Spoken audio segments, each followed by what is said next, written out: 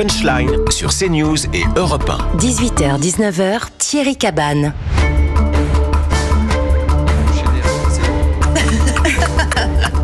Mais oui, t'inquiète. Merci de nous accueillir sur Europe 1 et sur CNews. C'est votre Punchline. Nous sommes ensemble jusqu'à 19h, toujours à mes côtés pour commenter l'actualité. Sabrina Madjamer, Michel Taube, Julie Girard, Jacques Morel, Amine Elbaï et Élodie Huchard qui nous a rejoint. Et pourquoi Élodie Huchard nous a rejoint? Parce qu'on va parler de politique. Merci. Il y en a un qui suit. Il y en a un qui suit, ça fait plaisir. Et ce soir à 20h, que se passe-t-il? Les vœux du président de la République. Les vœux du président de la République. À 20h, à suivre en direct et sur CNews et sur Europe 1. Alors, on va essayer de savoir quel peut être, avec vous, Élodie, le contenu ou le sens en vertu des informations qui sont les vôtres. Mais surtout, on vous a posé la question à vous, Français, qui nous écoutez sur Europe 1 et qui nous regardez sur CNews. Qu'attendez-vous de ces vœux du président de la République cru 2024? Écoutez-vous. Ce qu'on attend surtout, c'est un peu plus de stabilité. Et puis là, je pense que pour Mayotte, il y a énormément de problèmes également. J'attends rien du tout. De toute façon, j'attends rien du tout des politiques de manière générale. J'ai l'impression qu'ils prennent leur poste et puis ils laissent tout un petit peu aller à volo, quoi. J'ai pas l'impression qu'ils soient vraiment focalisés sur ce qu'ils ont à faire, en fait. C'est vrai qu'il y a pas mal des problèmes en France, mais bien évidemment, c'est-à-dire c'est toujours ceux qui dirigent, c'est eux qui peuvent faire quelque chose en fait pour améliorer, surtout pour écouter le peuple en fait. J'attends rien de cet individu. C'est vrai à ce point. Voilà, c'est tout ça à ce point, oui. Je n'écouterai pas.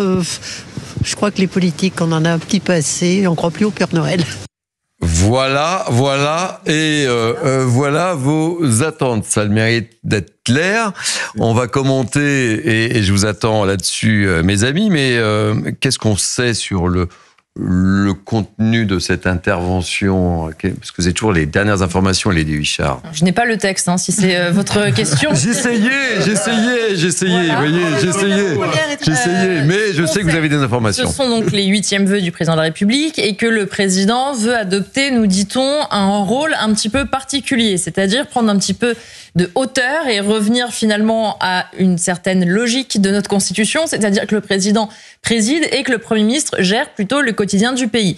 Le problème aujourd'hui d'Emmanuel Macron, c'est qu'il sort d'une année où il y a eu évidemment des réussites. On l'a quitté en disant, et on en parlait à midi, Thierry, il nous disait que ça serait un millésime, l'année 2024, la réouverture de Notre-Dame, les Jeux Olympiques. Effectivement, cela a bien eu lieu, mais il y a eu aussi d'autres choses qui ont eu lieu, comme la dissolution, qui est son pari raté, enfin pas pour lui, mais en tout cas sans doute y compris pour son propre camp.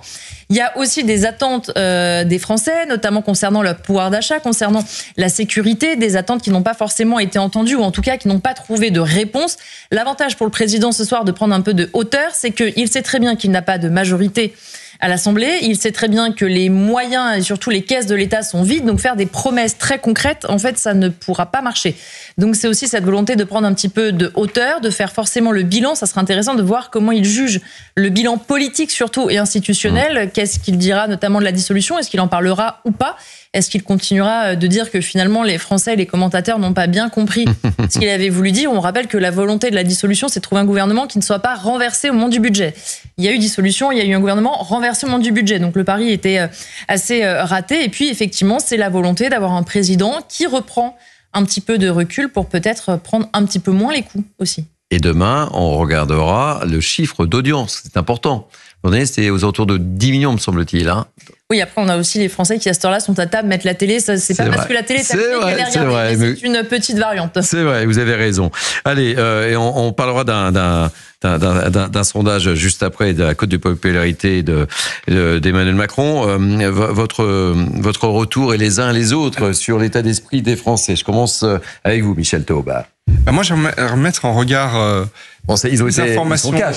Mais justement, les informations très importantes d'Élodie Huchard avec les commentaires de nos concitoyens qui sont quand même très cash, très durs. Il n'y a pas de surprise. Et je pense effectivement que les Français qui adorent la politique, qui adore la politique. On est un peuple très politique. On est également un État, c'est un peu ce qu'a voulu dire, j'imagine, Amin El-Bailly en comparant avec un autre pays tout à l'heure, c'est qu'on est dans un État qui est très assisté, où on vit beaucoup aux dépens de la puissance publique. C'est pour ça d'ailleurs que les prélèvements obligatoires sont aussi importants. Et en même temps, les Français de plus en plus vivent sans la politique. Ils se sont fait de plus en plus une raison, parce qu'il y a eu tellement d'échecs, tellement de déceptions, tellement de promesses non tenues de la part d'Emmanuel Macron, mais également de ses prédécesseurs. Quasiment tous les chefs d'État ont commis des promesses qui n'ont jamais été réalisées, que d'année en année, effectivement, ils sont de moins en moins attentifs à la parole publique. Et c'est pour ça que effectivement, je pense que les audiences télé sont très intéressantes, parce que je pense que de plus en plus de Français ne prêteront même pas l'oreille à ce que dira le chef de l'État, qui, il faut le dire, au 31 décembre 2024, est beaucoup plus affaibli qu'il ne l'était au 31 décembre 2023. On va vous donner la réalité. Et il n'y a finalement que sa parole, sans vraiment de conséquences, qui va compter ce soir. Pour nuancer, je pense que je suis d'accord avec vous sur le fait que les Français aiment la politique. Je pense qu'ils aiment un peu moins les politiciens. C'est vrai. Si je puis me permettre. Ils ont malheureusement parfois de bonnes raisons de le penser. Julie. Oui, je crois que la déception est d'autant plus grande vis-à-vis d'Emmanuel Macron qu'il a été, en tout cas il a voulu être au début le président de la Startup Nation, du retour de l'attractivité du pays. Il a vraiment... Il a incarné également une jeunesse aussi. Il a voulu incarner une jeunesse et un dynamisme, une proactivité. Il a fait 3 000 milliards de dettes. Donc, la chute a été d'autant plus violente que les promesses étaient importantes, les promesses de renouveau. Donc, moi, je comprends que les Français aujourd'hui soient dans une certaine défiance vis-à-vis du pouvoir, puisque, en plus de cela, on a une instabilité gouvernementale qui est très forte. Et puis, le spectacle donné à l'Assemblée, je parle sous la gouverne d'Élodie Huchard, le spectacle donné à l'Assemblée par nos députés est prête quand même à sourire. C'est d'une tristesse absolue. Jacques Morel. Alors vous dites à sourire, moi je dirais à pleurer. Oui, mais quand je dis ça, vous comprenez bien mon petit côté taquin. Franchement, si vous voulez, comment voulez-vous avoir de l'espoir dans ce pays quand on voit que nos représentants, c'est nous qui les avons élus, sont incapables de se parler? Ça devient, si vous voulez, notamment à l'Assemblée nationale, un spectacle d'aboyeurs.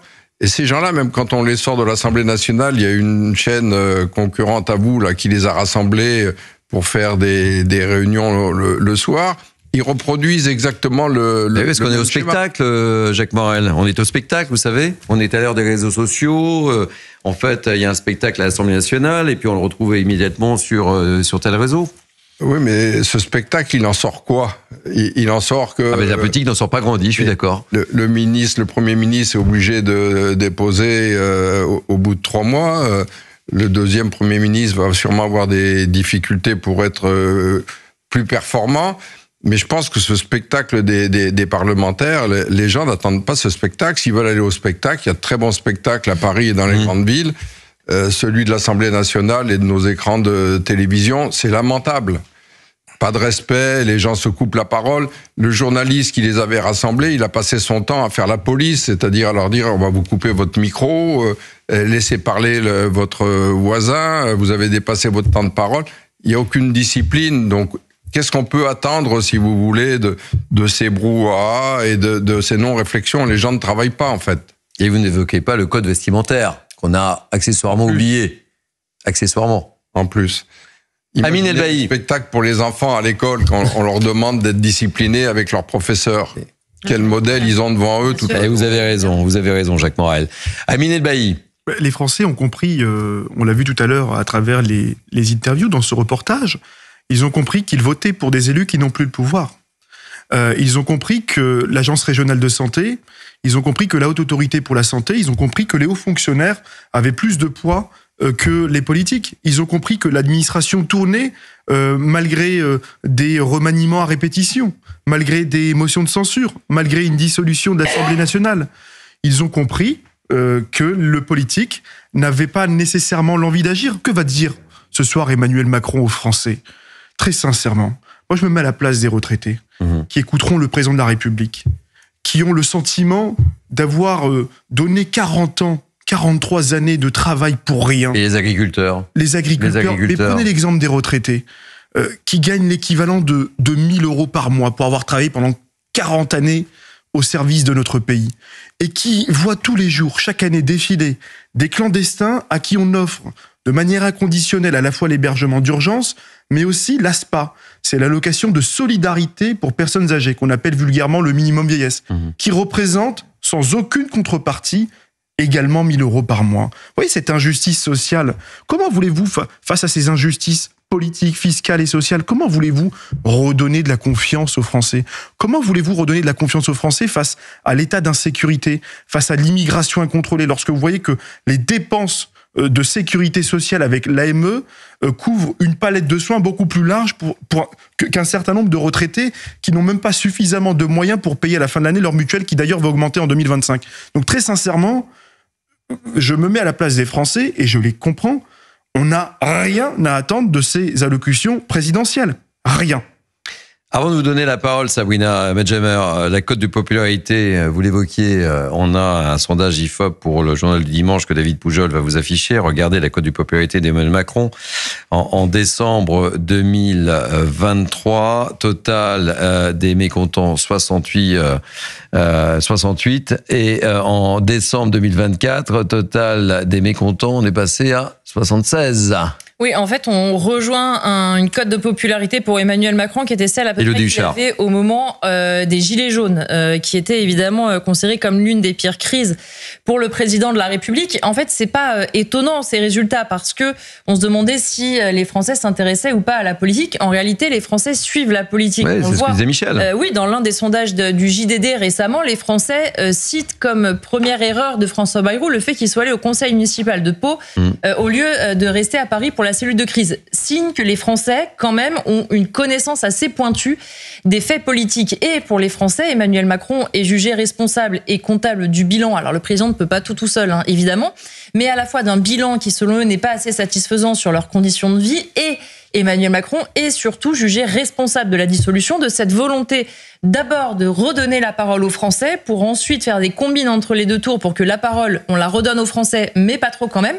Et ça, c'est quelque chose qui, effectivement, ne passe pas. Après, il faut effectivement remarquer que les présidents de la République, au fur et à mesure de leur mandat avançant, ils faisaient de plus en plus de mécontents. Effectivement, c'est le premier président, en plus, qui enchaîne depuis quelques temps, qui enchaîne 2 mandats. Donc, il y a sans doute une partie où on se lasse, sans doute du président de la République, on l'accuse de tous les torts. Mais en tout cas, en ce qui concerne l'année 2024, la dissolution pour les Français a été assez mal comprise, et ils voient bien aujourd'hui que si un certain nombre de choses n'avancent pas dans leur quotidien, c'est aussi parce qu'à force de dissolution, de nouveaux gouvernements, de budgets pas votés, eh bien ce sont aussi autant de choses qui n'avancent pas pour les Français.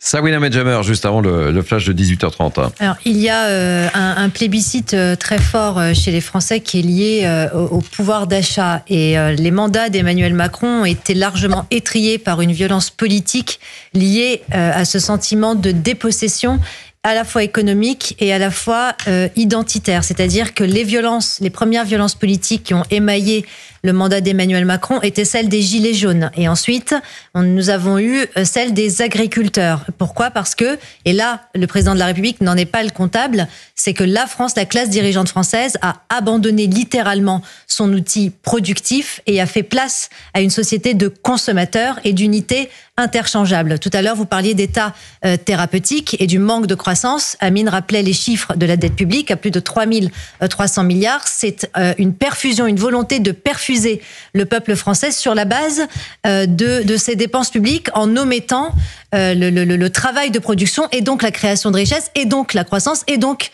l'augmentation du pouvoir d'achat. Donc tout ça, malheureusement, a été complètement escamoté par la classe dirigeante depuis 40 ans. Emmanuel Macron n'en est pas le seul comptable. Ce que je pense, à mon avis, à travers ces plébiscites, ce que ça démontre, c'est la distanciation du peuple vis-à-vis de l'incarnation de la fonction présidentielle, vis-à-vis de la distanciation qu'il acte vis-à-vis du peuple à travers des phrases, des attitudes, des comportements qui ont eu l'air, ou en tout cas qui ont été perçus comme arrogants, comme méprisants. Et cela a joué, je pense, dans l'affect que ressentent les Français vis-à-vis d'Emmanuel Macron. Et le coup de grâce a été cette espèce d'absolution des pouvoirs en décidant de dissoudre l'Assemblée nationale et en faisant mine de convoquer à la responsabilité des citoyens. Et puis ensuite, on a eu le droit au barrage, au fameux Front républicain initié par par Gabriel Attal, ou en tout cas acté, matérialisé par Gabriel Attal. Donc tout ça, je pense, s'imprime dans les consciences collectives des Français, à la fois cette distanciation vis-à-vis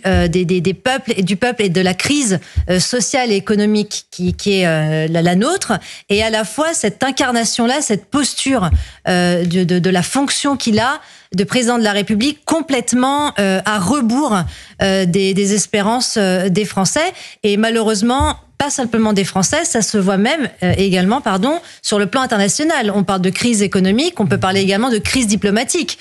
On sait ce qui s'est passé au Mali, au Burkina Faso, au Tchad récemment. Donc il y a une faiblesse de la fonction présidentielle qui n'est pas simplement circonscrite dans le périmètre national, mais également à l'international. Et ça, malheureusement, aujourd'hui, nous ne voyons personne qui puisse incarner un renouveau français, même le rayonnement français qui était celui de l'avant-prise de la fonction présidentielle par Emmanuel Macron. Et d'où la réaction des Français quant aux attentes des vœux de Emmanuel Macron ce soir à 20h.